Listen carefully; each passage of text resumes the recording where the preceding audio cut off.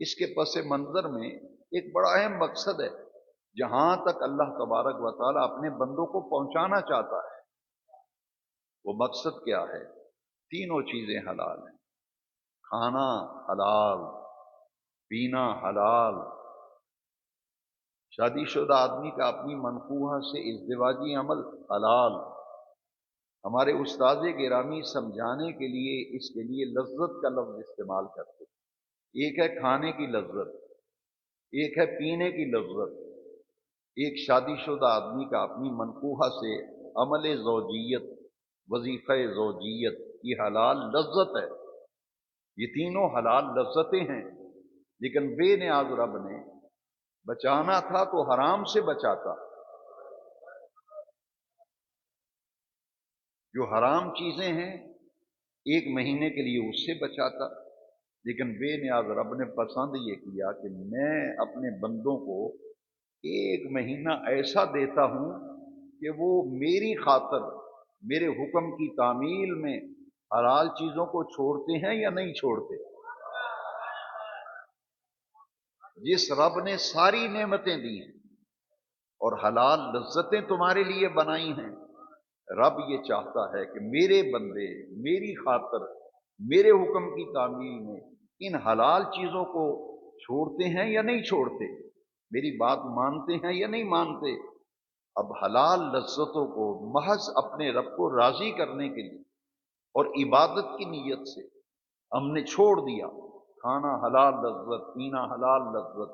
شادی شدہ آدمی کا وظیفہ زوجیت حلال لذت، ہم نے ایک مہینے کے لیے حلال لذتوں کو چھوڑ دی۔ میں ایک باریک سی مثال دے کے سمجھانا چاہتا ہوں۔ ایمان سے بتائیے، شدت کی گرمی کا روزہ ہو، شدت کی گرمی کا روزہ ہو، رب چاہتا ہے کہ تیرے حلق سے نیچے، تیرے حلق سے نیچے تیرے پیٹ میں ایک مہینہ صبح صادق سے غروب آفتاب تک حلال کا بھی ایک قطرہ اور ایک ذرہ تیرے حلق سے نیچے نہ اترے۔ بڑی باریک بات ہے، پانی کے گھونٹ کا ایک قطرہ تیرے گلے سے پیٹ میں نہ جائے رمضان شریف میں صبح صادق سے غروب آفتاب۔ کھانے کا کوئی لقمہ، کوئی ریزہ، کوئی ذرہ تیرے حلق سے پیٹ کی طرف نہ جائے ایک مہینے کے لیے۔ اگر شدت کی گرمی ہے، آپ وضو کر رہے ہیں، آپ وضو کر رہے ہیں، حلق پانی چاہتا ہے، حلق خشک ہو رہا ہے روزہ رکھ کے، شدت کی گرمی، پیٹ پانی مانگتا ہے، سب کچھ ہو رہا ہے، لیکن ایمان سے بتائیے کتنی احتیاط سے روزے دار وضو کرتا ہے کہ کلی کرتا ہے تو اتنی احتیاط سے کہ پانی کا ایک آدھا گھونٹ بھی کہیں حلق سے نیچے نہ اتر جائے۔ ایسا ہے یا نہیں ہے؟ نا ایسا؟ تو پھر ذرا اسی بات کو لے کر سمجھیے جو بات میں آج عرض کرنا چاہتا ہوں۔ اتنی احتیاط کہ آپ وضو کے وقت کلی میں احتیاط کر رہے ہیں کہ ایک آدھا قطرہ پانی کا بھی حلق سے پیٹ کی طرف نہ جائے، کیونکہ اگر حلال قطرہ چلا گیا تو رب کی ناراضگی ہوگی، اللہ کی حکم عدولی ہوگی۔ بے نیاز رب یہ چاہتا ہے کہ ایک مہینہ اکیلے آپ کمرے کے اندر ہیں، آپ کو کوئی دیکھ نہیں رہا، جس نے روزہ رکھا ہے خالص اللہ کے لیے، اپنے رب کو راضی کرنے کے لیے روزہ رکھا ہے، وہ کمرے کے اندر ہے، فریج پڑی ہوئی ہے، اس میں فروٹ ہے، مشروبات ہیں، جوس پڑے ہوئے ہیں، طرح طرح کی نعمتیں گھر میں موجود ہیں، اکیلا آدمی ہو، اللہ کی عزت کی قسم اس کی نیت روزے کی ہو، اللہ کے لیے روزہ رکھا ہو تو ان کی طرف نگاہ اٹھا کے دیکھتا بھی نہیں ہے۔ میں بڑی دور سے اشارہ کر رہا ہوں، ہے حلال لذت، لیکن حلال لذت کو آپ دیکھ نہیں رہے، آپ کو کوئی دیکھ نہیں رہا، اور نہ کوئی آپ کے سر کے اوپر پسٹل لے کے کھڑا ہے کہ اگر تم نے کھایا ہے تو تمہیں پسٹل مار دوں گا۔ وہ ہے کوئی چوکیدار کھڑا کیا ہے کہ خبردار اگر آپ نے کھایا تو آپ کو میں گرفتار کرا دوں گا؟ بھائی کوئی چوکیدار نہیں، کوئی گارڈ نہیں، آپ انڈر آبزرویشن ہیں، اس وقت تو آپ کو کوئی دیکھ نہیں رہا، مگر آپ انڈر آبزرویشن اس لیے ہیں کہ اللہ تو دیکھ رہا ہے، آپ اس حلال لذت کے قریب اس لیے نہیں جاتے، آپ کہتے ہیں ٹھیک ہے، کسی نے پسٹل نہیں تانا میرے سینے پہ کہ اگر تم نے کھایا تو فائر کر دوں گا، کوئی گارڈ نہیں کھڑا، کوئی چوکیدار نگہبان نہیں کہ تمہیں میں پکڑوا دوں گا تم نے روزے میں کھایا پیا، لیکن آپ پھر بھی حلال لذت کے نزدیک نہیں جا رہے۔ کیوں نہیں جا رہے؟ اس لیے کہ دین اسلام نے تمہیں تربیت کا، ٹریننگ کا ایک کورس تمہیں پورا مہینہ کرایا جا رہا ہے کہ جس اللہ کے لیے روزہ رکھا ہے وہ اللہ تو دیکھ رہا ہے، وہ اللہ تو دیکھ رہا ہے، اس لیے آپ ان حلال چیزوں کے قریب نہیں جاتے۔ اصل روزے کا مقصد اور غرض و غایت یہ ہے کہ رب یہ چاہتا ہے، ہمارا پروردگار یہ چاہتا ہے، جو اللہ ہمارا خالق ہے، ہمارا مالک ہے، ہمارا رازق ہے، ہمارا پروردگار ہے، ہمارا رب کریم یہ چاہتا ہے کہ میرے بندے میری خاطر حلال چیزوں کو، حلال لذتوں کو ایک مہینے کے لیے چھوڑ دیں، تاکہ باقی سارے 11 مہینے وہ حرام لذتوں سے اپنا دامن بچا کر زندگی گزاریں۔ یہ مشق کرائی گئی، چیزیں حلال ہیں لیکن منع کر دیا گیا۔ پورا 11 مہینے پڑے ہوئے ہیں، تم دنیا کی زندگی میں رنگینیوں میں کھو جاؤ گے، ایک مہینہ رب نے ایسا بنا دیا، فرمایا شہر رمضان الذی انزل فیہ القرآن، یہ وہ مہینہ ہے جس میں نے قرآن اتارا ہے، فمن شاہد منکم الشہر فلیصمہ، اس پورے مہینے کے تم پر روزے فرض کیے گئے۔ اور حضور نے فرمایا کہ اسی ماہ مبارک میں بے نیاز رب کی اتنی عنایات ہیں، ان عنایات میں سے اللہ کریم نے اس ماہ مبارک میں، ماہ عظیم میں، صبر کے مہینے میں، غمخواری کے مہینے میں تمہارے لیے ایک رات ایسی رکھی ہے جو 1000 مہینوں سے بہتر ہے۔ اس مہینے میں جتنی برکتیں میں نے آپ کو گنوائیں، ان میں سے ایک چوٹی کی برکت، چوٹی کی فضیلت شب قدر، لیلۃ القدر، کہ بے نیاز رب نے 30ویں پارے میں پوری ایک سورہ جو ہے اس رات کی فضیلت، اس رات کی عظمت، اس رات کی برکت کو اجاگر کرنے کے لیے قرآن مجید کی پوری ایک سورہ نازل فرمائی۔ اس سورہ کا نام ہے سورہ قدر، اور پھر رب کریم نے تعارف کرایا لیلۃ القدر خیر من الف شہر، اس ماہ مبارک میں ایک رات ایسی ہے جو 1000 مہینوں سے بہتر۔ گویا کہ رات کی عبادت اللہ کو بڑی پسند ہے، اس لیے پورے مہینے کے اندر حضور نبی کریم علیہ السلام کے غلاموں کو رب ذوالجلال نے ایک رات دے دی جس کا نام شب قدر ہے۔ اور پھر اس ماہ مبارک میں اتنی برکت ہے،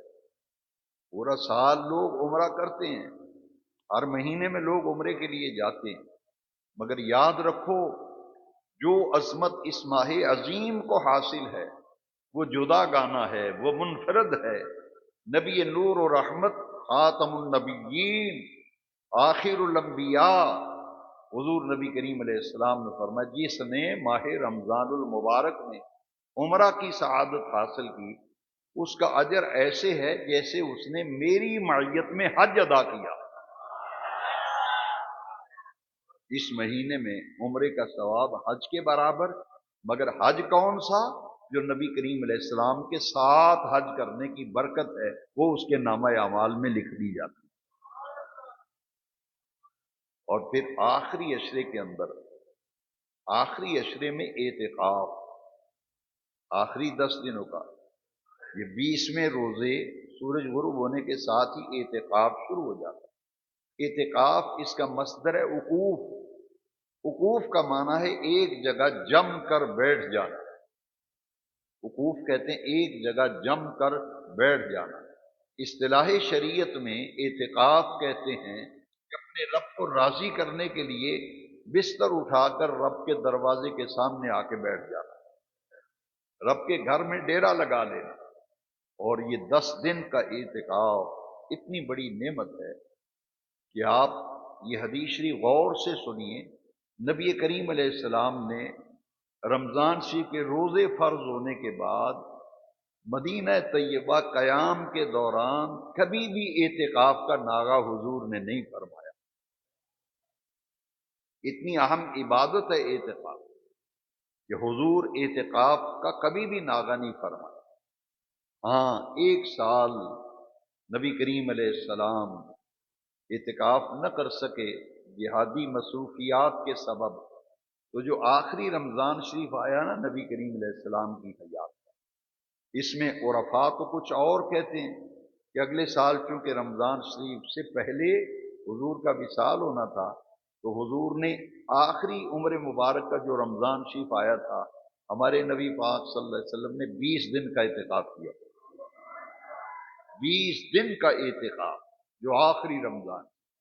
اور جو اعتکاف اللہ اور رسول کی رضا کے لیے بیٹھتا ہے، 2 حج اور 2 عمروں کا ثواب. 2 حج اور 2 عمروں کا ثواب. پھر لیلۃ القدر، اعتکاف، سحری، افطاری، تراوی، یہ ساری نعمتیں ہیں. اور اجر اتنا بڑا ہے کہ نبی کریم علیہ السلام نے فرمایا من قام رمضان ایمانا واحتسابا غفر له ما تقدم من ذنبه. جس نے رمضان کی راتوں میں قیام کیا، تراوی پڑھی، نبی کریم علیہ السلام نے فرمایا ایمان اور اخلاص کے ساتھ اس کے پچھلے سارے گناہوں کو اللہ تبارک و تعالی معاف فرما دیتا.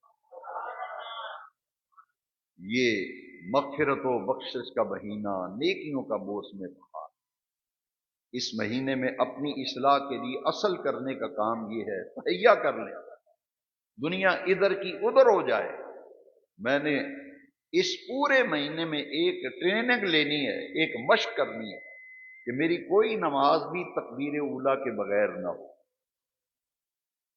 کوئی نماز تکبیر اولیٰ کے بغیر نہ ہو. اس نماز کا کوئی سرور و مزہ نہیں. مجبوری ہو تو الگ بات ہے، یہ میں پہلے بتا رہا ہوں. کوئی عذر ہے، کوئی مجبوری ہے، آدمی تکبیر اولیٰ میں شامل نہیں ہو سکا، بعد میں شامل ہو رہا ہے، نماز تو اس کی ہو جائے گی. لیکن اگر برکتیں آپ لینا چاہتے ہیں، اپنی زندگی میں تبدیلی چاہتے ہیں، روحانیت و نورانیت چاہتے ہیں، اپنے اوپر لازم کر لیں کہ آپ کوشش کریں کہ اذان کی آواز سنتے ہی مسجد میں آ کر کے سنتیں ادا کریں، قرآن مجید کی تلاوت کریں، درود پاک پڑھیں، تاکہ تکبیر اولیٰ میں جماعت کے ساتھ شامل ہوں. پورا مہینہ اگر آپ نے 5 نمازیں تکبیر اولیٰ کے ساتھ پڑھ لی